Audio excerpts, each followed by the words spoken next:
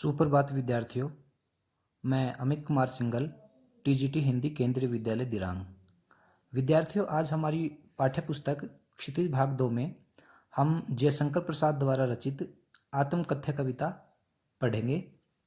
तो सबसे पहले हम छायावाद के प्रमुख आधार स्तंभ कवि जयशंकर प्रसाद का जीवन परिचय पढ़ेंगे। तो चलिए देखते हैं। जयशंकर प्रसाद का जन्म 1889 में वाराणसी में हुआ था। वाराणसी में कहाँ हुआ था? वाराणसी साहू सोंगने परिवार में हुआ था। साहू सोंगने परिवार है, उसमें इनका जन्म हुआ था। इनके पुश्तैनी जर्दे का काम था, इनके जर्दे की दुकान थी, पान बनता था। साहू सोंगने परिवार में इनका जन्म हुआ है। काशी के प्रसिद्ध क्वींस कॉलेज में वे पढ़ने गए। कहाँ गए? काशी के प्रसिद्ध क्वींस कॉलेज में वे पढ़ने गए, परंतु स्थितियां अनुकूल न होने के कारण 8वीं से आगे नहीं पढ़ पाए। क्यों? क्योंकि परिस्थितियां अनुकूल क्यों नहीं थी? क्योंकि उनका परिवार में माँ बाप का साया जल्दी उठ गया था। बाद में घर पर ही संस्कृत, हिंदी, फारसी का अध्ययन किया। किसका? संस्कृत का, हिंदी का और फारसी का। कहाँ अध्ययन किया? घर पर ही अध्ययन किया। छायावादी काव्य प्रवृत्ति के प्रमुख कवियों में से एक जयशंकर प्रसाद का निधन 1937 में हुआ। यानी जयशंकर प्रसाद का तो जन्म है वो कब हुआ? सन 1889 ईस्वी में, और मृत्यु है वो 1937 में हुई है। और कहाँ इनका जन्म हुआ है? वाराणसी। वाराणसी उत्तर प्रदेश में इनका जन्म हुआ है सन 1889 में। यानी देश आज़ाद हुआ था उससे पहले इनका जन्म हो गया था। और मृत्यु कब हुई थी? देश आज़ाद होने से पहले ही। देश आज़ाद होने से पहले इनका जन्म हुआ और मृत्यु भी पहले हो गई थी, यानी जब देश आज़ाद नहीं हुआ था। अब इसमें एक बात दी है कि वे घर की अनुकूल परिस्थितियां नहीं थी और घर पर ही क्या किया उन्होंने? संस्कृत, हिंदी और फारसी का अध्ययन किया। छायावादी काव्य प्रवृत्ति के प्रमुख कवियों में जयशंकर प्रसाद का सन 1937 में निधन हो गया। छायावाद में प्रसाद, पंत, निराला और महादेवी। प्रसाद, पंत और महादेवी वर्मा। तो प्रसाद का मतलब है जयशंकर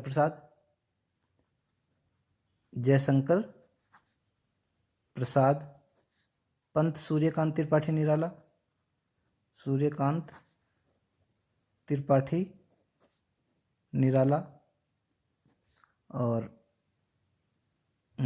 ये सूर्यकांत त्रिपाठी निराला, और ये सुमित्रा नंदन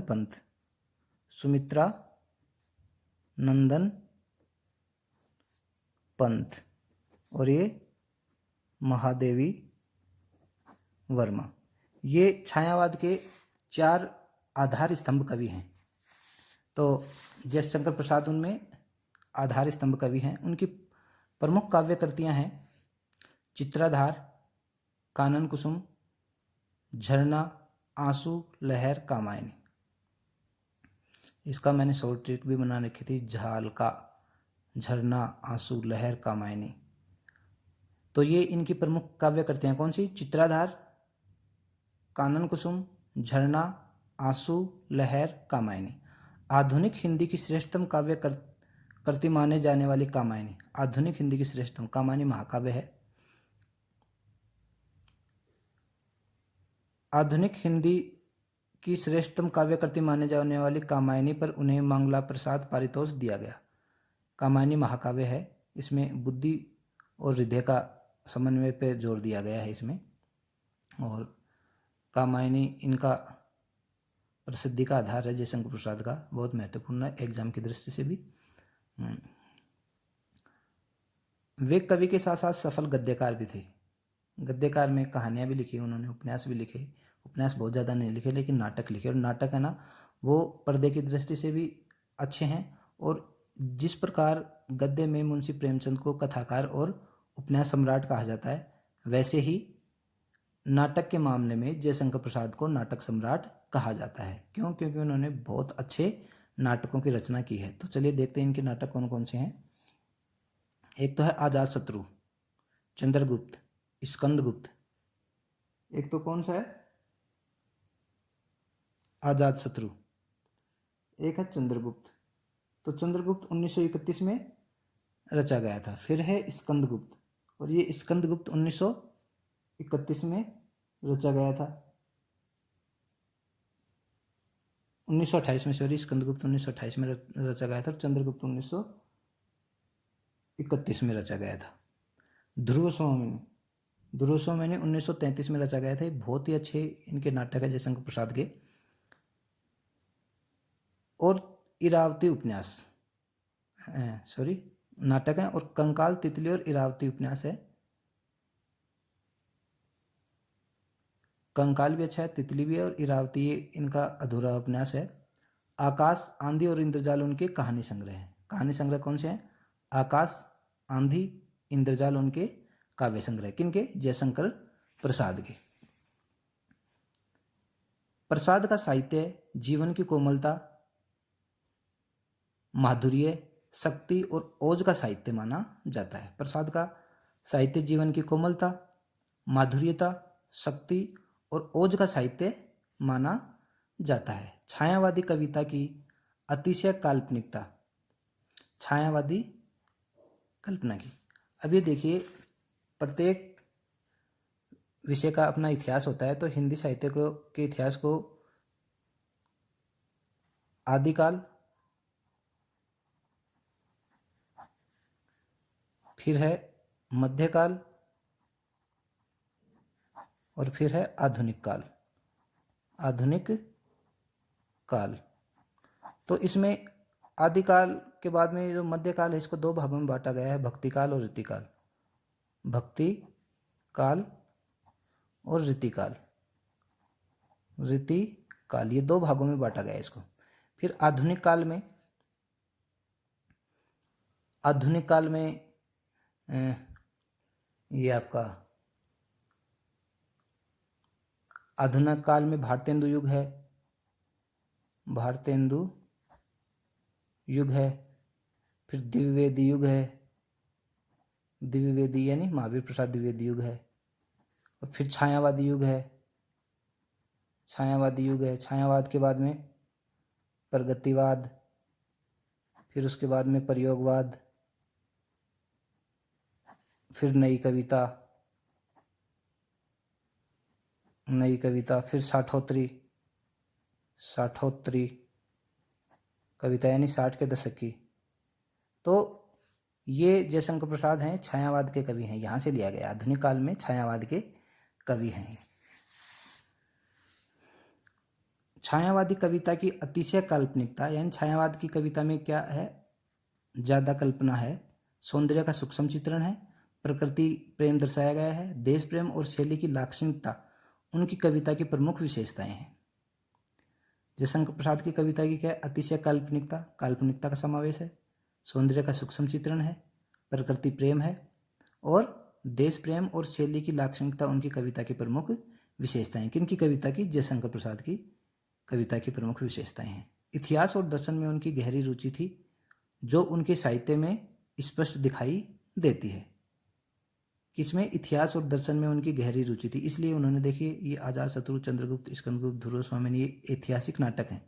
इनमें इतिहास का भी मिश्रण है। ये पूर्णतः ऐतिहासिक नहीं है, लेकिन इनमें इतिहास का मिश्रण है। ये इतिहास पर आधारित नाटक है। इतिहास और दर्शन में उनकी गहरी रुचि थी, उनके साहित्य में स्पष्ट, साहित्य में जो इनके साहित्य में स्पष्ट दिखाई देता है।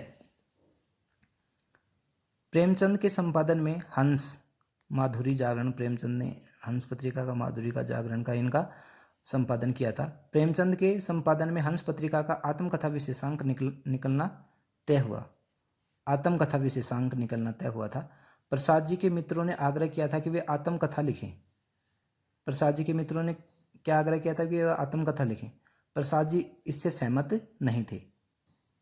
यानी प्रेमचंद के नेतृत्व में प्रेमचंद जो हंस पत्रिका लिख रहे थे, उसमें एक आत्मकथा विशेषांक लिखना था। उसमें प्रसाद जी के मित्रों ने क्या आग्रह किया था कि वे आत्मकथा लिखें, यानी खुद के बारे में लिखें। प्रसाद जी इससे सहमत नहीं थे। अब क्यों नहीं थे? इसी असहमति के तर्क से पैदा हुई कविता आत्मकथा।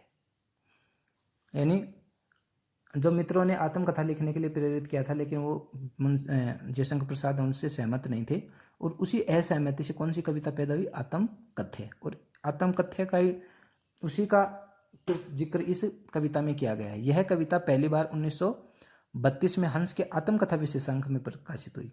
यह कविता कब प्रकाशित हुई?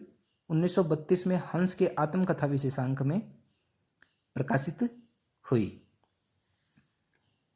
इस कविता में जयशंकर प्रसाद ने जीवन के यथार्थ एवं अभाव पक्ष की मार्मिक अभिव्यक्ति की है। इसमें क्या की है? इस कविता में जयशंकर प्रसाद ने जीवन के यथार्थ यानी जैसा है वैसा एवं अभाव पक्ष की मार्मिक अभिव्यक्ति की है। छायावादी सूक्ष्मता के अनुरूप ही अपने मनोभावों को व्यक्त करने के लिए जयशंकर प्रसाद ने ललित, सुंदर एवं नवीन शब्दों बिंबों का प्रयोग किया है। ललित भी सुंदर ही होता है एक तरह से। ललित, सुंदर एवं नवीन शब्दों और बिंबों का प्रयोग किया है। इन्हीं शब्दों एवं बिंबों के सारे उन्होंने बताया है कि उनके जीवन की कथा एक सामान्य व्यक्ति के जीवन की कथा है। उनके जीवन की कथा कैसी है? एक सामान्य व्यक्ति के जीवन की कथा है। इसमें ऐसा कुछ भी नहीं है जिसे महान और रोचक मानकर लोग वाह करेंगे। यानी जयशंकर प्रसाद कह रहा है कि मेरा भी जीवन, मेरी भी आत्मकथा है, वो सामान्य लोगों की तरह, मेरा भी जीवन सामान्य लोगों की तरह। इसमें ऐसा कुछ भी नहीं है, ऐसा कोई स्पेशल विशेष बात नहीं है कि लोग इसको देखकर सुनकर वाह करें। कुल मिलाकर इस कविता में एक तरफ कवि की यथार्थ स्वीकृति है, यानी जैसा है वैसा ही स्वीकार कर रहा है, और दूसरी तरफ एक महान कवि की विनम्रता है। तो हमने इसमें देखा कि एक तो जो आत्मकथा शीर्षक कविता है वो क्या है? छायावादी कवि जयशंकर प्रसाद द्वारा रचित है ये आत्मकथा। इसमें अपने मनोभावों को अभिव्यक्त किया है, और कवि ने इसमें संसार की असारता और निरस्ता पर विचार प्रकट किया है। इस कविता में क्या किया है? संसार की निरस्ता और असारता का विचार प्रकट किया है। जीवन किससे भरा हुआ? दुखों से भरा हुआ है। इस वातावरण में भला कौन अपनी कथा कहने का साहस करेगा? कवि का कहना है कि उसके जीवन की गागर तो रीति है, अर्थात खाली है, जीवन का घड़ा है वो खाली है, वह दूसरों को भला क्या दे सकता है? कवि अपनी भूलों और दूसरों की प्रवंचनाओं को उजागर नहीं करना चाहते। यानी इसमें क्यों नहीं लिख रहा हो? इसमें बताया गया है कि जो मित्रों ने आग्रह किया तो आत्मकथा लिखने से प्रसाद जी सहमत नहीं थे। क्यों सहमत नहीं थे? क्यों? कवि का मानना है कि अपनी भूलों और दूसरों की प्रवंचनाओं को उजागर करना नहीं चाहता, अपनी भूलों को उजागर नहीं करना चाहता और दूसरों की प्रवंचनाओं को, कमियों को वो उजागर नहीं करना चाहता। इससे कोई लाभ नहीं है। यह ठीक है कि कवि ने भी कुछ सुख क्षण भोगे थे, तब वह मधुर चांदनी में बैठकर प्रेयसी के साथ खिलखिलाकर हंसता था, पर वे क्षण कुछ पल ही टिक पाए। सुख उसके निकट आते आते भाग गए, वह उन क्षणों की प्रतीक्षा करता रह गया। कवि अपने प्रिय के सौंदर्य का भी स्मरण करता है, उसके गालों की लाली उषा के लिए भी ईर्ष्या का विषय है, पर अब इन सब बातों के कहने का कोई लाभ नहीं। उसकी कथा में दूसरों को कुछ भी नहीं मिल पाएगा। यही कारण है कि वह अपनी कथा कहने से बचता है। तो वो अपनी आत्मकथा, जो अपनी पीड़ा है, जो अपनी वेदना है और जो अपनी बात है, वो इस आत्मकथा कविता के माध्यम से प्रकट करना चाहता है। कौन? जयशंकर प्रसाद। तो विद्यार्थियों, आज इतना ही। कल हम इस कविता के बारे में पढ़ेंगे। नमस्कार।